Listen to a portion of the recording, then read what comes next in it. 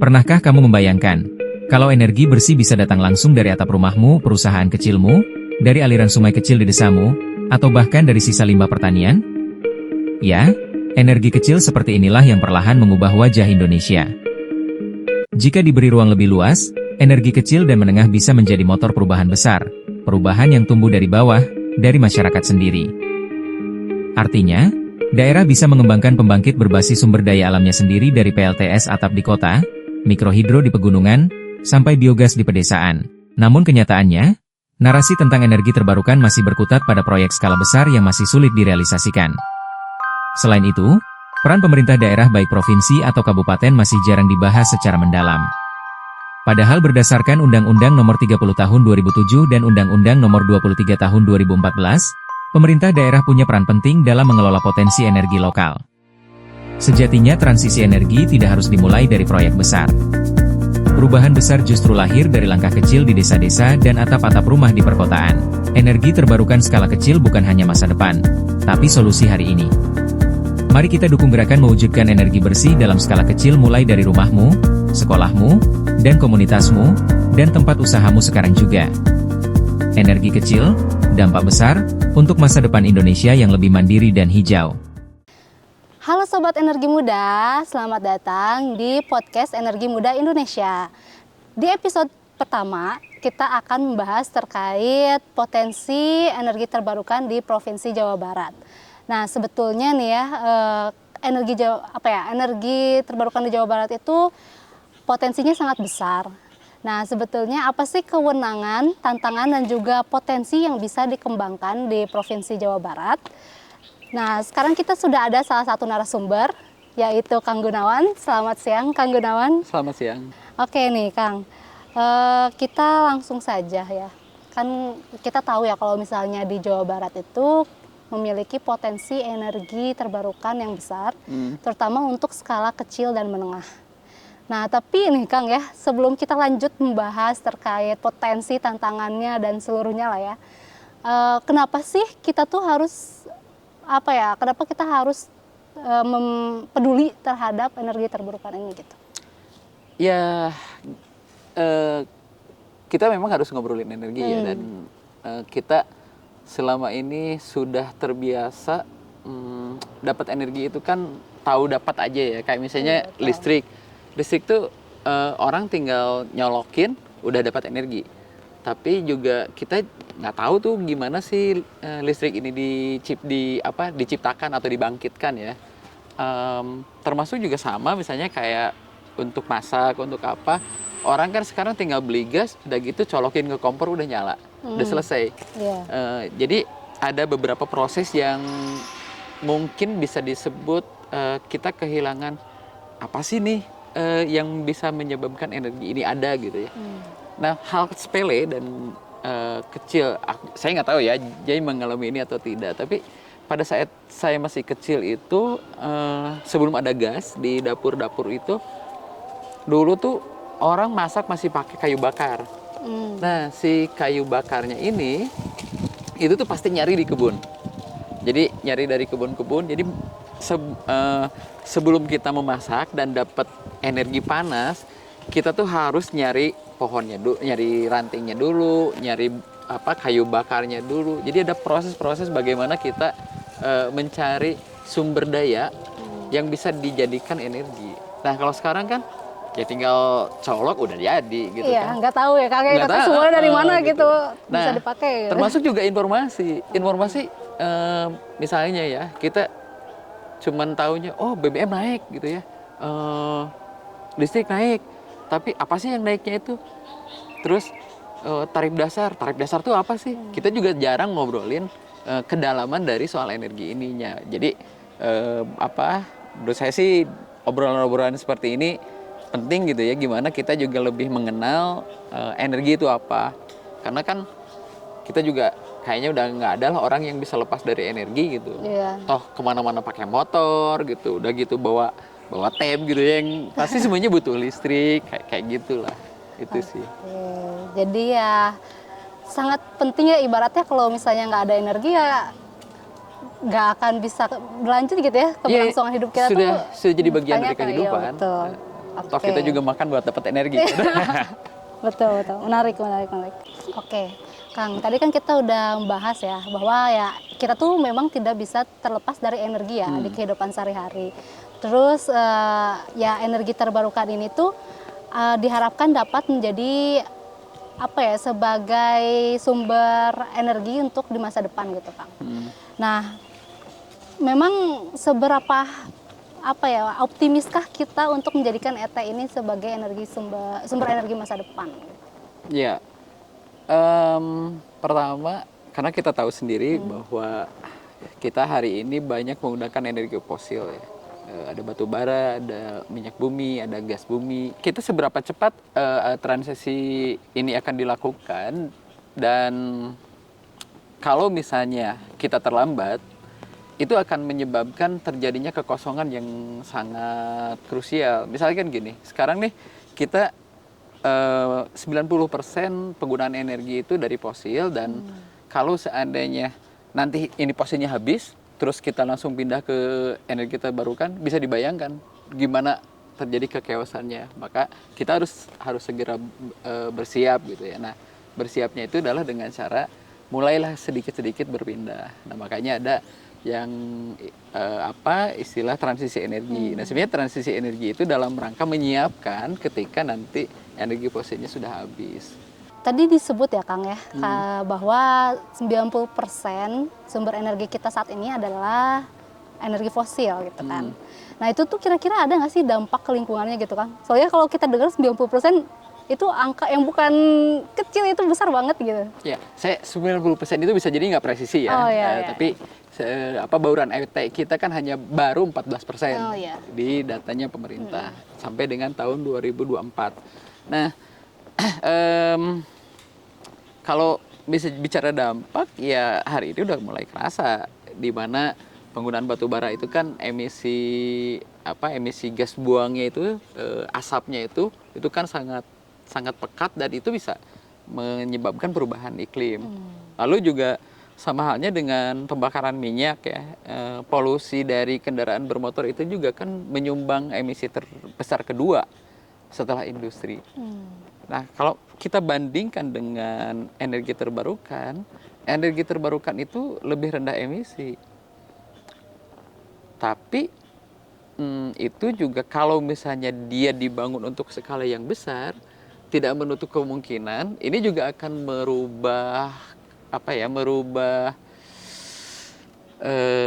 landscape ekologi. Misalnya gini, kita tahu lah, kayak tahu kan Bendungan Cirata? Iya. Nah, Bendungan Cirata itu ada berapa ratus hektar, berapa ribu hektar yang direndam, dan itu ada berapa desa yang harus pindah karena proses pembangunan bendungan itu.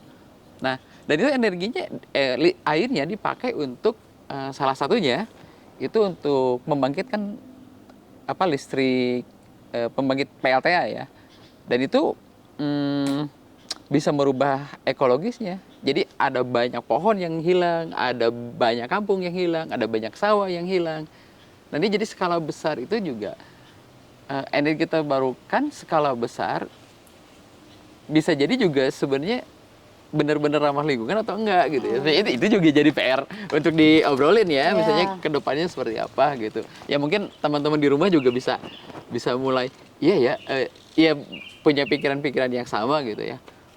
Contohnya hal lain misalnya kayak panel surya. Panel surya itu butuh hamparan yang luas. Di Cirata, lagi-lagi di Cirata, sekarang tuh kan udah dibangun tuh PLTA di atas bendungan di situ. Iya benar, memang secara efisiensi ruang itu bisa mengefisienkan tempat untuk memanfaatkan permukaan air untuk dipakai sebagai penyimpanan PLTS. Tapi pertanyaannya adalah apa yang akan terjadi dengan biota yang ada di bawah airnya? Kan biasanya matahari masuk ke sana tuh. Sekarang ada panel ketutup. Nah, ini juga jadi pertanyaan gitu ya, jadi PR. Bisa jadi mau itu surya, mau itu, belum lagi kita ngomongin komponen-komponen yang lainnya. Jadi mau itu air, mau itu surya, mau itu angin atau apapun, bisa jadi ini belum final. Bisa jadi di masa depan ini akan ada yang oh ternyata ada yang lebih bagus lagi, ada lebih bagus lagi, ada lebih ramah lingkungan lagi. Ya karena ketika bicara soal energi bersih gitu ya, ada pertanyaan, emang ada yang benar-benar energi bersih gitu ya? Itu juga muncul pertanyaan-pertanyaan seperti itu. Seberapa bersih gitu ya? Seberapa bersih? Pertanyaannya gitu. Kadang ada juga yang, ya pokoknya di bawah sekian deh gitu ya. Jadi itu loh ramah lingkungan. Kan net zero emission juga bukan artinya dia nol emisi, tapi emisi yang dihasilkan itu bisa direduksi oleh alam. Seperti itu. Itu baru satu ini ya, Satu aspek. lingkungan ya. Kalau misalnya dari segi aspek ekonominya nih gimana Kang? Dari aspek ekonomi kita bisa melihat sebenarnya dalam jangka panjang ini juga bisa menguntungkan. Pertama, kita semua tahu kalau matahari itu kan nggak bayar. Iya. Sampai saat ini ya. Angin iya. Ya, tapi kalau misalnya mau bayar juga ke depannya mau ngutipnya siapa yang mau ngutipnya? Atau emang orang nggak ada yang bikin matahari gitu ya. Dan ini yang menarik, Jay.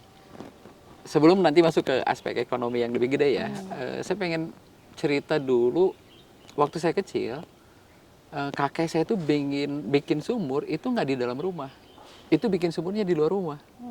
Dan itu hampir mayoritas masyarakat itu bikin sumur di luar rumah. Nah, kenapa membuat sumur di luar rumah? Karena orang tua kita meyakini bahwa mereka tuh nggak bikin air. Air itu sudah ada. Jadi hanya memanfaatkan air. Nah, maka ketika memanfaatkan air, makanya nggak punya hak untuk mengaku gitu ya, ngaku-ngaku ini punya saya terus saya jual ke J gitu. Apa ya? Keyakinannya seperti itu. Jadi kalau misalnya sekarang posisinya matahari ke depan mungkin akan bayar, ya saya yakin enggak sih, karena ya emang siapa yang bikin matahari gitu kan. Kepemilikannya Iya, itu kecuali ya, kalau bisa JJ bisa nutupin semua langit gitu ya, oh kamu nggak dapat matahari tanpa izin saya gitu. Nggak mungkin gitu juga sih. Nah, yang lebih ini sebagai contoh aja, sebenarnya bagaimana pemanfaatan energi terbarukan bisa mendorong penambahan nilai ekonomi. Ini terjadi di Karawang. Jadi kami punya beberapa waktu itu sudah melakukan kajian bisnis proses di energi terbarukan. Nah, salah satu lokasinya adalah PLTS di Karawang, KWT Kenanga. Jadi KWT ini punya hibah dari Pertamina untuk pemasangan PLTS atap. Dan awalnya mereka untuk proses produksinya, karena mereka produksi keripik ya. Jadi untuk proses produksinya tuh pertama untuk pemanasan memaksimalkan energi matahari untuk mengeringkan. Nah, kalau sekarang karena udah ada PLTS, energi mataharinya itu digunakan untuk jadi listrik. Nah, si pengeringan prosesnya mereka sekarang udah punya namanya itu open sama yang kipas gede itu loh. Kayak jadi udah punya alat yang dia bisa mengeringkan tanpa tergantung pada cuaca. Jadi kalau dulu tuh bisa 2 sampai 3 hari, sekarang untuk proses pengeringan bisa sampai 1 hari. Itu produknya apa Kang? Kerupuk sama keripik, saya nggak tahu ya, saya lupa ininya persisnya keripiknya. Tapi yang pasti dari proses itu mereka bisa hemat waktu gitu ya, karena prosesnya jadi lebih cepat gitu kan, produksinya jadi lebih banyak. Sama yang lainnya untuk pembayaran listrik jadi lebih murah. Biasanya mereka bayar listriknya sekitar 600.000 per bulan, sekarang bayarnya cuma 130.000 aja. Jadi ya lumayan kan dari sisi pembiayaan operasional itu bisa menghemat banyak gitu. Tapi emang nggak bisa pakai listrik dari PLN gitu Kang sebetulnya? Ya bisa aja. Bisa. Tapi kebayang kan kalau misalnya kita udah ngomong di awal ya, ada soal kenaikan tarif dasar listrik dan lain sebagainya. Kebayang kalau misalnya tiba-tiba PLN naikin tarifnya, kan bisa pusing juga mereka. Kalau energinya sangat bergantung pada suplai dari orang lain. Nah, kalau misalnya mereka bisa suplai sendiri, kan mereka bisa lebih enak tuh ngatur bisnisnya. Itu sih kalau misalnya keuntungan dari sisi salah satu contoh gitu ya, keuntungan di aspek ekonominya. Oke, ini menarik ya teman-teman. Tadi kan kita sudah membahas terkait masa depan energi terbarukan ya. Nah, sekarang aku penasaran Kang, kalau misalnya dari sisi kewenangan ya, nah sejauh mana sih sebetulnya dukungan pemerintah itu untuk tadi kita sebut KWT Kenanga ya, untuk contoh konkretnya dulu lah, apakah ada dukungan dari pemerintah sendiri atau kewenangan apa sih yang memang sudah dibentuk oleh pemerintah untuk si KWT Kenanga ini? Setahu kami ya, secara langsung kalau dari pemerintah informasinya belum ada. Karena waktu di lapangan itu informasinya bahkan desa pun baru ngeh begitu kami survei ke sana bahwa ada proses pembangkitan listrik menggunakan PLTS itu. Nah, ini desa ya. Desa aja Iya, artinya gini. informasi bisa jadi informasinya tahu sih ada itu, tapi dari sisi pemerintahan bisa jadi mereka belum punya gambaran ini mau bikin program apa gitu ya. Nah, itu tadi masuk ke aspek soal kewenangan. Nah, kewenangan energi ini hanya ada di pemerintah pusat sama pemerintah provinsi. Bahkan Jadi kabupaten aja nggak ada nggak ya, Kang? ada Provinsi kabupaten, ya? apalagi desa gitu ya. Bisa Iya. jadi mereka bisa jadi bisa bingung, bisa karena nggak ada kewenangan ya udah gitu, bukan tanggung jawabnya gitu kan. Biasanya kewenangan itu jadi sok segini ya, sejajar dengan tanggung jawab gitu. Iya, Oh, ini bukan betul. kewenangan saya, berarti Betul, bukan betul, tanggung jawab betul. saya. Bisa jadi gitu juga. Ada satu cerita ya, karena saya kebetulan yang datang langsung itu ke perusahaan di Cianjur, ada namanya PT Cam, dan dia udah pasang panel tuh sekitar 250 kilowatt peak. Jadi daya tertingginya itu 250 watt. 250 kilowatt. Nah, saya tanya ke teknisinya apakah ada insentif gitu ya, mereka nggak tahu. Terus saya tanya paling tidak ada nggak sih pemerintah yang pernah datang gitu ya ke situ, ya jawabnya nggak juga, padahal itu informasinya saya aja tahu dari internet gitu ya. Iya. Artinya kan sebenarnya semua orang juga bisa nyari informasi tentang itu. Terus saya datangin kan ke dinas SDM yang ada di Cianjur tuh, saya tanya, oh iya mereka tahu.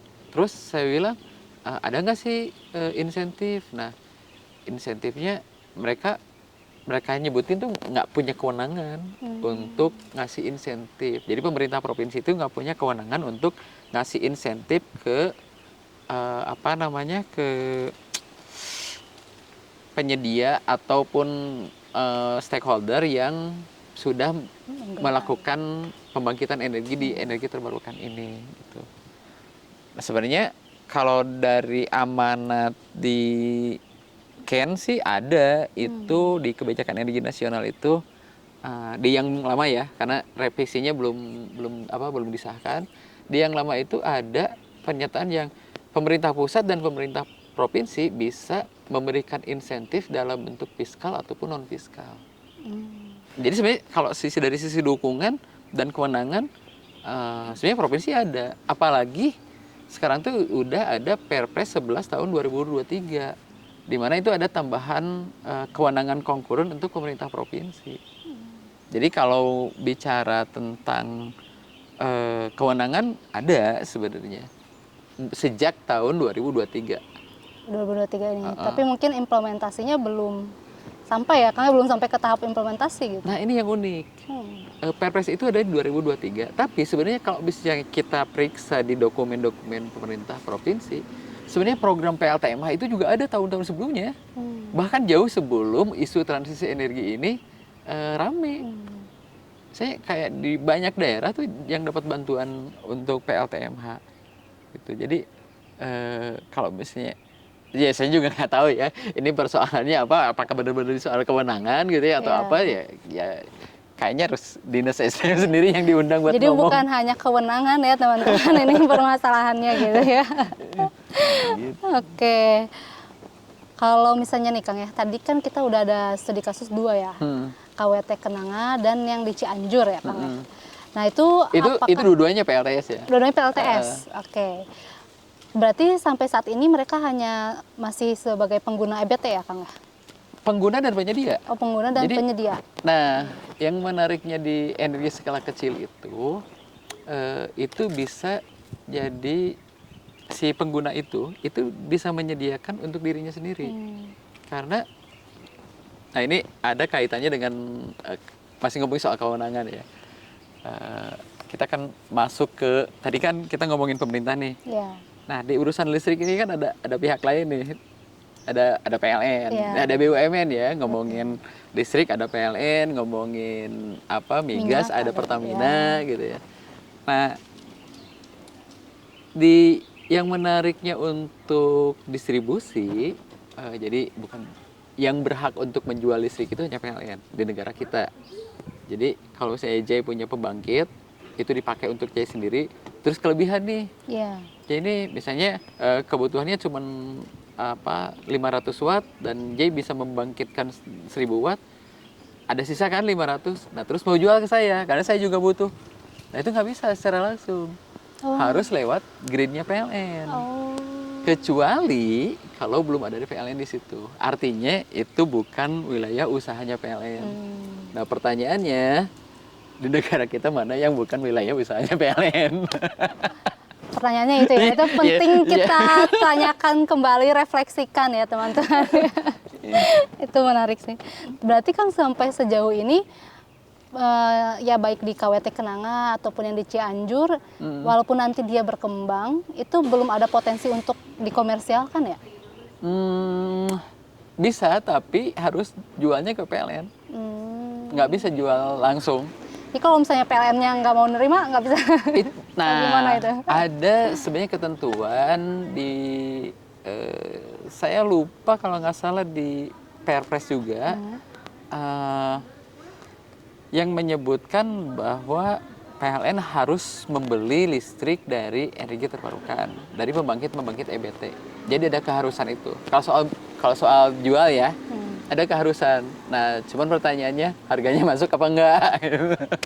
Nah, itu cerita lain.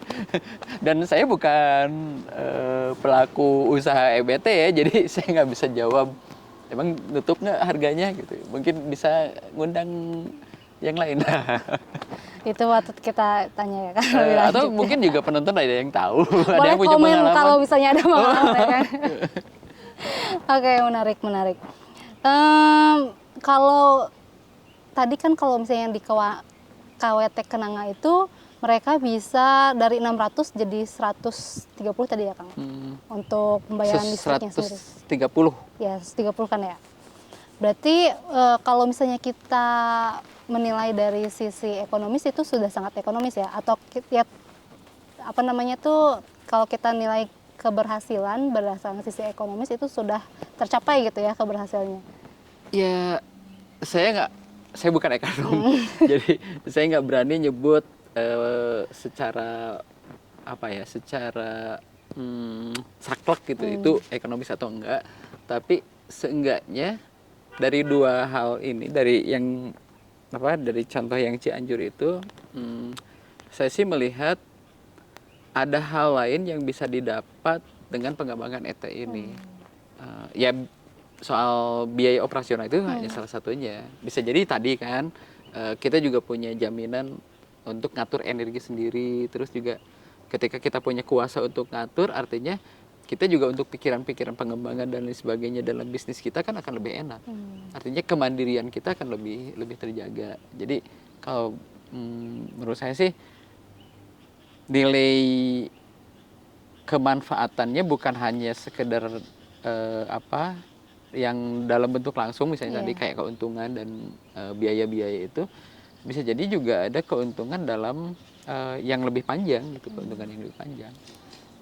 Berarti kalau misalnya kita ambil dari segi keberhasilan itu sebenarnya ET skala kecil dan menengah ini bisa kita katakan cukup berhasil, Kang? Untuk yang di sana ya? Iya. Karena ada juga tempat-tempat yang lain. Misalnya cerita yang di Subang, ada PLTMH. Nah, si PLTMH ini dulu dia menerangi untuk satu kampung ya. Nah, tapi karena ada ya yang kami terima sih informasinya karena dia memang dibangunkan oleh orang lain, artinya masyarakat juga terlibat dalam proses pembangunannya, tapi untuk teknologinya sendiri pengetahuannya tidak terdistribusi sampai hatam gitu ya. Jadi ketika ada kerusakan masyarakat masih kebingungan ini gimana sih benerinnya. Terus kayak misalnya ada spare part yang rusak, ini apa penggantinya, alternatifnya apa gitu. Nah karena tidak ada proses distribusi informasi, transformasi pengetahuan. Itu yang kita lihat ya, sehingga si PLTMH ini tidak berjalan sampai sekarang. Nah habis itu PLN masuk, gitu kan, dan sekarang ini PLTMH yang skalanya kecil dan dengan tadi pengelolaan yang dari sisi kapasitas masyarakatnya juga belum, teknologinya pengetahuan soal teknologinya juga belum enpan gitu ya, langsung hadap-hadapan sama PLN yang dia lebih besar ya skalanya ya. iya Bukan dong, skala mega. skalanya udah gede, modalnya juga modalnya. udah gede, SDM-nya juga udah, wah kita tahu semua lah. Nah sekarang kan ini kayak ibarat apa ya, yang kecil ini harus hadap-hadapan langsung kan pasti akan berat lah gitu. Tanpa tadi sebenarnya transformasi pengetahuannya. Nah, bisa jadi ketika transformasi pengetahuannya berjalan, ini bisa tetap hidup si PLTMH-nya. Nah, ini terjadi di Sukabumi. Jadi ada cerita dari kawan kita yang survei di Sukabumi, masyarakat bahkan lebih memilih ke PLTMH daripada ke PLN. Pertama, karena merasa kepemilikannya besar. Ini kan punya kami, ini kami yang bangun gitu. Terus juga pengelola di situ memahami teknologinya, karena dia ceritanya si pengelola di sana itu eksperimennya mulai pakai apa sih dinamo sepeda itu loh, yang Iya, kecil itu kan, kecil. bisa mulai dari situ. Jadi yang mereka tuh banyak melakukan eksperimen. Artinya dari sisi pengetahuannya ini sudah bisa menyelesaikan ketika ada problem teknis gitu. Dan sampai hari ini masih bertahan gitu. Meskipun tadi ya PLN udah masuk. Dan katanya sih yang masuk di situ yang pakai listrik PLN hanya Pak Sekdesnya aja. Warga yang lainnya masih pakai yang dari PLTMH. Oke, Sobat Energi Muda, tadi kan kita sudah mendapatkan info ya Kang ya terkait EBT skala menengah di Sukabumi, Cianjur, dan Karawang. Nah, sebetulnya seberapa besar sih potensi ET skala kecil dan menengah di Jawa Barat? Secara keseluruhan gitu ya Kang ya? Oke, berdasarkan data yang provinsi ya, ini katanya sih kita punya sekitar 190 gigawatt EBT, potensi EBT. Dan itu katanya juga baru termanfaatkan sekitar 2%-nya dari 190 itu. Berarti berapa tuh? Dari sekitar 2,8 gigawatt. Iya, hanya sekitar segituan ininya. Jadi dari sekitar 190 itu dari air, angin, gelombang, surya, terus bioenergi. Bioenergi ini ada biomas, ada biogas, terus juga yang sampah organik. Itu di versinya pemerintah. Katanya begitu. Totalnya 190 gigawatt. Oke. Tapi sebetulnya apa sih Kang bedanya potensi dan aktual itu sendiri itu apa? Iya, kalau potensi itu kan sesuatu yang masih berserakan ya, masih ada di pokoknya kayak apa ya, kayak saya ngelihat Jay misalnya, itu dugaan saya, Jay ini kayaknya potensinya di jadi host gitu ya untuk nanya-nanya orang. Nah, tapi belum diuji juga. Tapi saya ngelihat ada yang sesuatu yang bisa merujuk ke sana gitu. Jadi itu potensi itu sesuatu yang masih sangat belum pasti gitu, dia masih berserakan di mana-mana. Itu kata potensi. Nah, terus kalau aktual itu sesuatu yang memang sudah teruji. Jadi ternyata Jay bisa jadi host. Dan ternyata memang aktualnya di situ gitu. Jadi realnya di situ memang. Jadi ada sesuatu yang belum jelas nih, masih berserakan di mana-mana, ada yang memang sudah terrealisasi. Jadi sudah nyata gitu, sudah terlihat.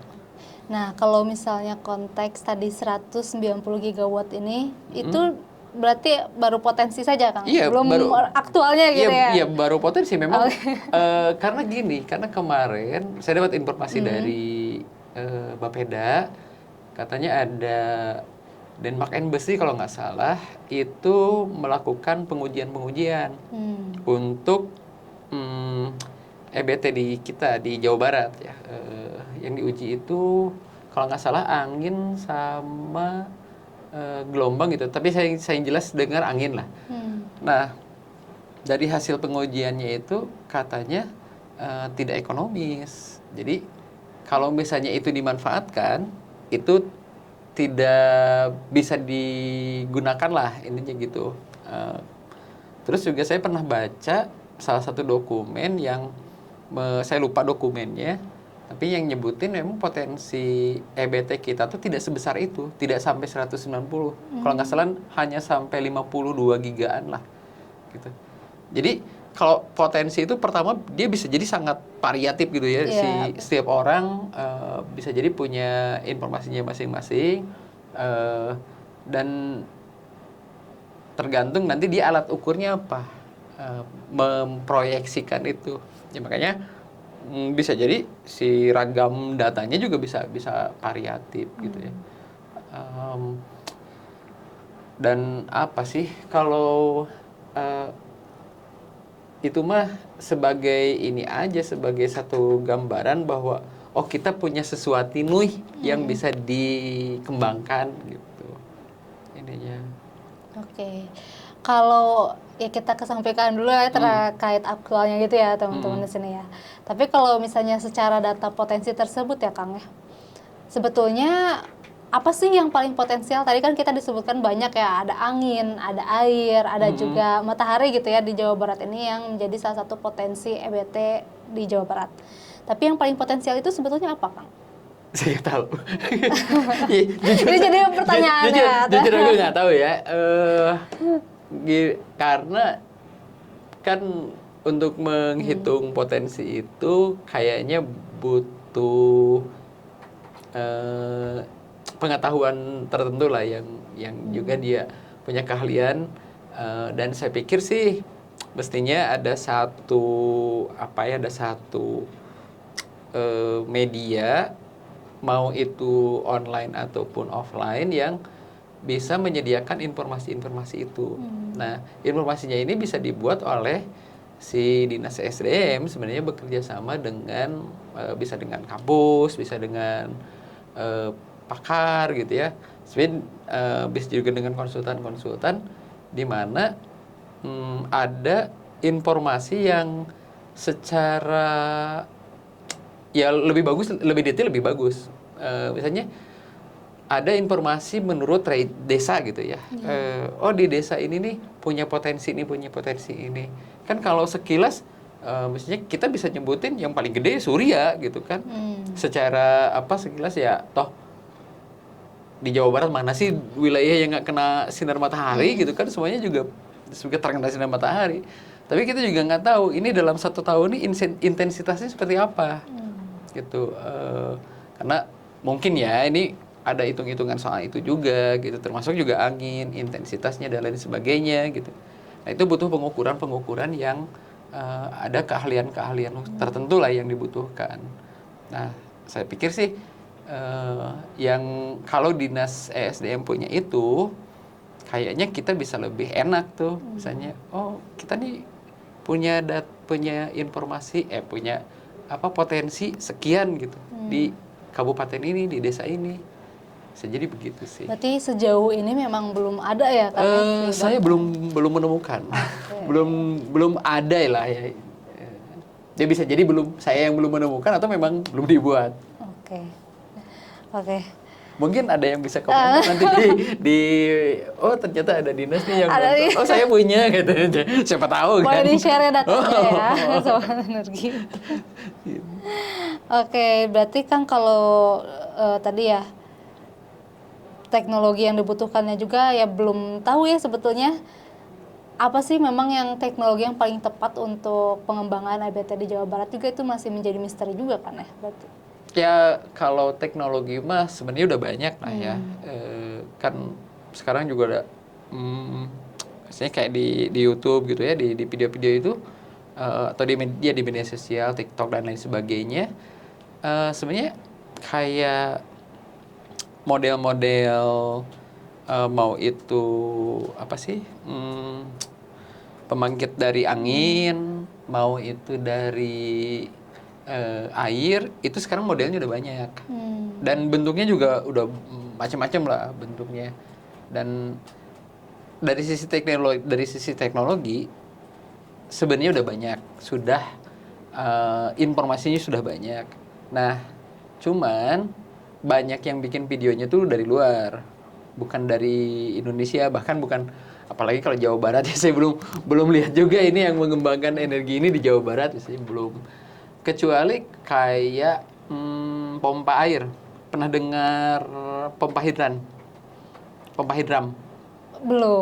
Nah, si pompa itu dia ngalirin air dari bawah ke tempat yang lebih tinggi tanpa menggunakan listrik. Nah, itu ada di Jawa Barat sudah banyak dikembangkan. Dan itu udah lama banget. Nah, tapi kalau misalnya untuk yang pembangkit energi yang bikin video-video gitu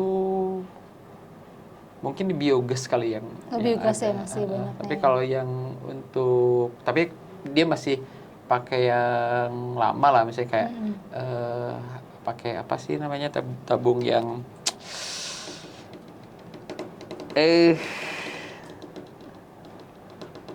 saya lupa nama ini. Pokoknya dia yang disimpan di dalam satu kubangan gitu ya. Dan nanti terjadi proses si kotoran hewannya itu dia akan berubah menjadi gas. Yang modelnya model begitu. Itu mirip sama ya itu teknologi yang banyak digunakan oleh masyarakat di Jawa Barat juga itu gitu ya Kang. Oke. Kalau misalnya ini Kang secara kewilayahan sendiri ya di Jawa Barat yang sangat berpotensi nih, kan kita ada 27 kabupaten kota ya di Jawa Barat ya. Untuk yang paling berpotensi untuk pengembangan ET itu daerah mana Kang? Nah itu tadi ya saya balik lagi ke pertanyaan yang sebelumnya. Saya nggak bisa jawab itu karena saya bukan ahlinya yang bisa menghitung berapa potensi. Dan terus juga saya baca di dokumen-dokumen pemerintah, dia hanya nyebutin kita punya potensi sekian gitu ya, yang 190 gigawatt itu. Nah tapi di Kabupaten Bandung ada berapa, di Kota Bandung ada berapa gitu ya, apa saja. Saya belum baca dokumen itu. Dan tadi kalau misalnya kita punya sistem informasi yang saya bilang di awal itu, di mana semua orang di mana dia bisa ada satu dashboard lah atau apa gitu ya. Dan bisa kita pilih berdasarkan desa, berdasarkan kabupaten, itu akan lebih mudah sebenarnya. Jadi kayaknya yang harus jawab ini pemerintah yang sebelah sana. Yang memiliki kewenangan itu gitu ya. Punya kewenangan, punya duit juga gitu kan.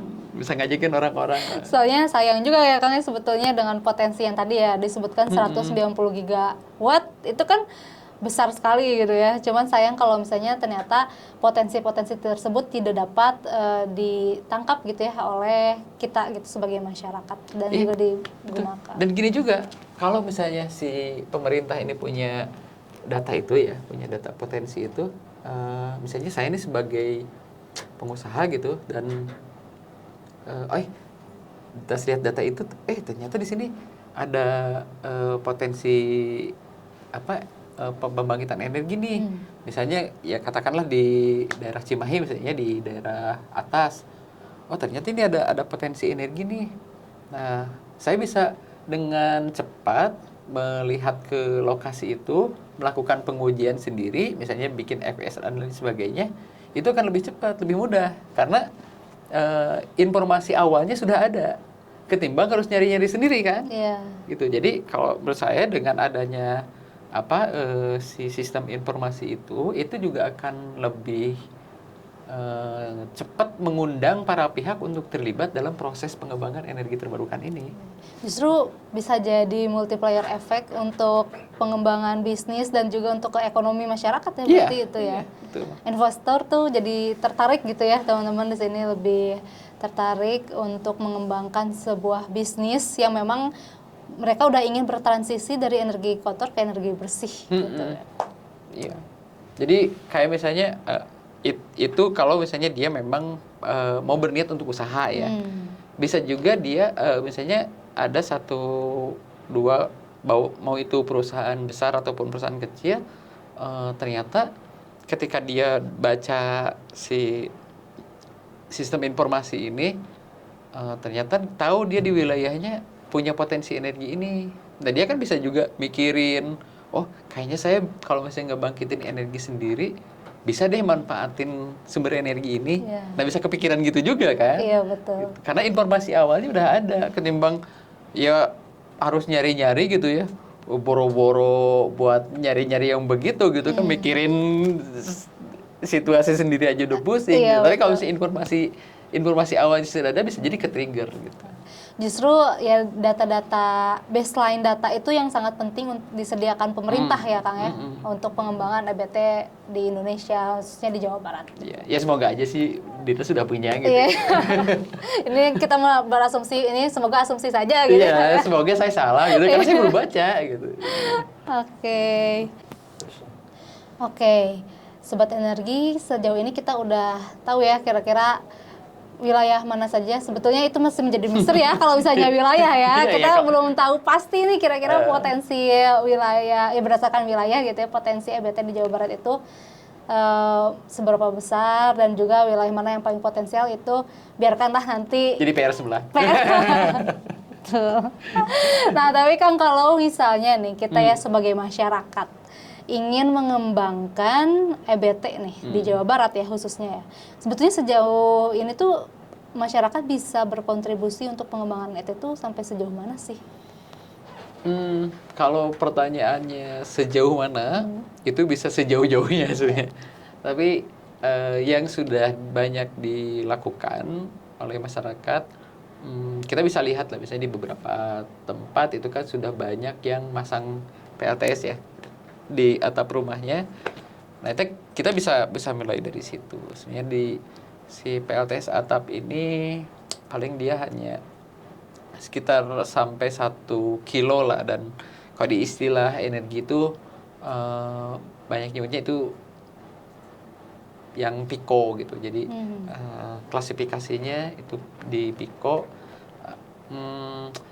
Kayaknya sampai ke yang Pico dan mikro itu bisa dilakukan oleh masyarakat, termasuk misalnya sama UMKM. Nah UMKM ini bisa jadi lebih mudah daripada yang rumahan, karena kalau rumahan kan biasanya listriknya memang dipakai untuk untuk kebutuhan apapun ya. Nah dan karena sekarang kita sudah banyak menggunakan listrik dari PLN, jadi ketika kita pasang PLTS itu akan ada kemungkinan si energinya bercampur. Nah, ketika dia bercampur, ada 2 sumber, misalnya satu sumbernya dari PLTS dan satu sumbernya dari PLN. Nah, itu kita nggak bisa asal masang. Kita harus izin sama PLN, karena pertama dari aspek keamanan. Ini ceritanya dari informasi ini yang saya dapat dari pemerintah provinsi ya. Karena ada aspek-aspek keamanan tadi, karena bisa jadi frekuensinya itu berbeda dan itu bisa membahayakan sistem. Yang kedua, karena dia memang masuk bercampur gitu ya, kan ada kemungkinan juga dia arusnya itu jadi nggak stabil nih. Karena salah satu karakternya ET ini kan yang dia tidak selalu ada istilahnya yang intermittent itu. Kecuali kalau misalnya dia memang tidak terhubung dengan listriknya PLN. Jadi pokoknya dia pakai PLTS aja gitu. Katakanlah misalnya ada 2 kamar yang dia memang nggak pakai listrik PLN, dia hanya pakai PLTS. Itu sih nggak apa-apa. Kalau posisinya off grid, yaitu artinya tidak terhubung dengan jaringannya PLN, itu bisa dipasang sendiri dan posisinya hanya lapor saja. Nah, kalau tadi yang dia terhubung dengan listriknya PLN, dia harus izin dan yang masangnya juga harus tersertifikasi. Ya, karena tadi sebenarnya aspek-aspek keamanan itu. Karena bisa jadi ada kekhawatiran dia akan mengganggu sistem yang listriknya PLN ini. Gitu. Nah, kalau UMKM kayaknya dia akan lebih gampang. Karena saya juga pernah ngobrol dengan beberapa teman-teman di UMKM ya. Ada UMKM yang dia bekerja di sektor jasa, jadi dia kerjanya banyak yang komputer gitu, dan itu kerjanya banyaknya siang. Terus ada juga yang di produsen makanan, itu juga banyak produksinya siang. Nah, ini bisa pakai yang energi terbarukan khusus untuk proses produksi. Jadi dipisah tuh, karena UMKM kan biasanya di rumahan ya, biasanya di rumahan. Nah, jadi bisa dibuat satu jalur energinya untuk yang usahanya dia pakai energi terbarukan aja. Untuk yang rumah pakai listriknya PLN. Nah, sebenarnya bisa begitu. Nah, tinggal ada modal lebih lah, biasanya beli baterai gitu ya untuk penyimpanan, untuk storage sistemnya. Dan ini yang masih jadi tantangan karena si baterainya ini katanya masih mahal gitu. Meskipun kalau soal mahal dan murah itu jadi relatif gitu kan. Betul. Tergantung kemampuannya aja. Bisa jadi menurut saya mahal, menurut dia murah gitu mah. Bisa jadi begitu kan posisinya. Gitu sih kalau sejauh ini ya yang saya tangkap. Dan ini Jay, kalau saya pribadi merasa adanya energi, ketika kita bisa memproduksi energi sendiri, itu bisa jadi alternatif. Kan kita bisa secara leluasa gitu ya, mengembangkan ataupun punya keinginan-keinginan apa, karena kita tahu betul, oh saya bisa produksinya nih segini. Batasan saya, kalau misalnya saya ingin naikin, berarti saya harus nambah kapasitas. Gitu. Jadi ukuran-ukurannya lebih enak gitu. Gitu. Kan kebayang lah misalnya kita kan sering lah sekarang rapat-rapat online gitu kan, ngikutin seminar-seminar online. Nah, kebayang nggak pas mau rapat mati lampu, nah, pusing kan kita. Gitu. Nah, tapi kalau misalnya kita punya energi alternatif, aman lah, mau mati lampu PLN juga kita masih punya alternatifnya. Nah, itu bisa gitu sih. Pentingnya kita bertransisi itu ya sebagai alternatif juga. Ya, bisa sebagai alternatif juga bagi di kawasan-kawasan yang sudah dialiri listrik PLN. Tapi kalau misalnya di kawasan-kawasan yang belum teraliri listrik PLN, bisa jadi memang kebutuhan gitu. Iya. Berangkatnya memang karena nggak ada. Betul. Kalau ini karena udah ada tapi sebagai alternatif. Yeah. Kalau yang di daerah-daerah belum ada aliran PLN, saya memang yang harus dipenuhi. Oke. Berarti kalau bisa dibilang ya Kang ya, sampai saat ini masyarakat itu baru bisa berkontribusi di skala mikro dan piko saja gitu ya. Banyaknya ya. Banyaknya yang main di situ. Kalau misalnya tadi soal bisa mah ya mau gede juga bisa. Misalnya Jay punya modal, punya duit gitu ya. Oh, saya mau bikin mau bikin PLTS Kota Bandung misalnya. Ya bisa aja. Ya, tapi tadi cerita yang di sesi kita sebelumnya, ya jualnya harus ke PLN. Nggak bisa jual sendiri. Itu catatannya ya. Jualnya itu ya. Oke. Jadi sebenarnya Sobat Energi, kalau misalnya kita nih mau mengembangkan EBT skala mikro dan piko itu sangat memungkinkan ya gitu ya sangat Kang, memungkinkan, ya. ya. Nah, itu Apalagi bisa- off grid ya. Nah, apalagi off grid. Nah, itu bisa kita trial and errornya dari sekarang ya Kang ya. Sebelum Iya. nanti tiba-tiba krisis energi kan ya, kan kita perlu antisipasi dari sekarang, betul. Iya, jadi saya terima Oh, kasih gitu, ya. gitu. Iya, terima kasih. Saya jadi keingetan gini. Kan konon katanya kita Iya. ini kan migas ini juga udah banyak impor kan. Ya saya sih nggak kebayang aja misalnya kayak kejadian perang kemarin gitu kan, kita juga tahu lah situasi global ini kan sedang tidak baik-baik Iya. saja gitu. Tiba-tiba orang-orang yang punya minyak itu nggak mau Jual ya. Karena mereka itu sebagai cadangan gitu. sebagai cadangannya mereka. Iya. Kan kebayang gimana kita pusingnya kalau misalnya kita nggak prepare dari sekarang. Sedangkan masyarakat ya, kita gitu ya sebagai masyarakat benar-benar bergantung ibaratnya ya Kang. Iya, ya saya aja pakai motor masih motor bensin, belum pindah ke listrik gitu kan. Kebayangan pas tiba-tiba nggak ada gitu, wah chaos lah kayaknya negara ini. Aduh, iya nggak kebayang kayaknya Oh. Aduh, oke, sobat energi. Ini menarik banget ya, dari tadi kita udah bahas terkait masa depan energi, terus juga kewenangannya gitu ya Kang ya, dan sampai ke potensi dan juga kontribusi masyarakat nih. Untuk di Provinsi Jawa Barat, kira-kira pasti lebih penasaran lagi nggak sih Kang gitu ya? Kalau misalnya skala Indonesia itu seperti apa sih? Apakah memang kita bisa mengembangkan EBT itu menjadi sebuah hal yang sangat memungkinkan untuk kita bertransisi di kemudian hari? Nah, kita tunggu di episode selanjutnya.